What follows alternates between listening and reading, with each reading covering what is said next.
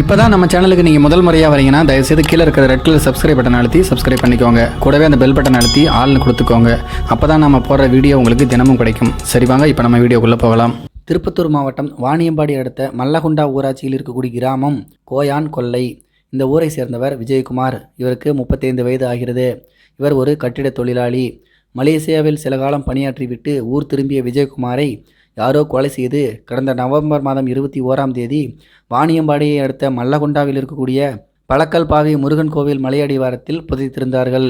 இது பற்றி தகவலறிந்து விசாரித்த திம்மம்பேட்டை போலீசார் வழக்கு பதிவு செய்து விஜயகுமாரோட உடலை மீட்டு விசாரித்த போது எப்படி கொலை நடந்தது என்பதை கண்டுபிடித்தனர். அதற்கு அவருடைய செல்போன் முக்கிய துருப்பாக இருந்தது. கொலை செய்யப்பட்ட விஜயகுமார் செல்போனில் கடைசியாக யாரிடமெல்லாம் பேசினார் என்பதை ஆய்வு செய்தனர். அதன்படி திருப்பத்தூரை அடுத்த புதுப்பேட்டை பகுதியை சேர்ந்த 28 வயதான ராகவேந்திரா என்பவரை பிடித்து விசாரித்த போதுதான் விஜயகுமார் ஏன் கொல்லப்பட்டார் என்பது போலீசுக்கே தெரிய வந்தது.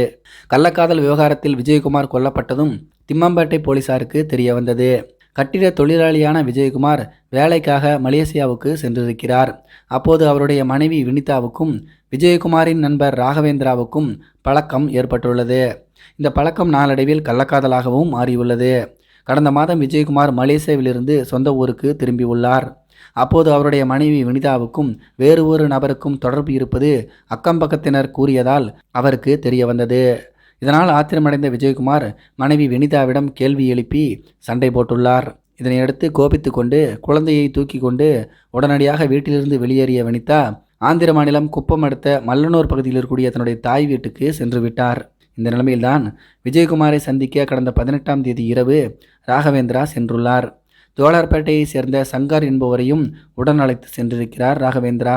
விஜயகுமாரிடம் உன்னிடம் நிறைய பேசணும், தவறாக எடுத்துக்காதே, உண்மை இதுதான், உன்னுடைய மனைவியுடன் எந்த ஒரு தவறான தொடர்பும் இல்லை என்று நைசாக பேசியிருக்கிறார் அவர். இதை உண்மை என்று நம்பிய விஜயகுமாரும் மல்லகுண்டா அருகே உள்ள பழக்கல்பாவி முருகர் கோவில் மலையடிவாரத்துக்கு சென்றுள்ளார். அங்கே ராகவேந்திராவும் விஜயகுமாரும் ஒன்றாக அமர்ந்து மது அருந்தியிருக்கிறார்கள். அப்போது ராகவேந்திரா போதை அதிகமான பின்னர் திடீரென விஜயகுமாரின் தலையில் கல்லை போட்டு கத்தியால் குத்தி கொலை செய்திருக்கிறாராம். பின்னர் ராகவேந்திரா அவருடைய நண்பர் ஜோலார்பேட்டையை சேர்ந்த சங்கர் என்பவருடன் சேர்ந்து குழி தோண்டி பிணத்தை புதைத்துவிட்டு அங்கிருந்து சென்றிருக்கிறார்கள் என்பது விசாரணையில் தெரிய வந்தது. இதனையடுத்து ராகவேந்திரா, சங்கர் ஆகியோரை திம்மம்பேட்டை போலீசார் கைது செய்து இந்த கொலை தொடர்பாக விஜயகுமாரின் மனைவி வினிதாவிடம் விசாரித்த போது அதில் அவருக்கும் இந்த கொலையில் தொடர்பு இருப்பது தெரிய வந்தது. அதனால் அவரையும் போலீசார் கைது செய்து விசாரித்தனர். இதை பற்றி உங்களுடைய கருத்துக்கள் என்ன அப்படிங்கிறது கீழே இருக்கிற கமெண்ட்ஸில் தெரியப்படுத்துங்க. மேலும் இது போன்ற வீடியோக்களை பார்க்க நம்முடைய சேனலை சப்ஸ்கிரைப் பண்ணிக்கோங்க. நன்றி, வணக்கம்.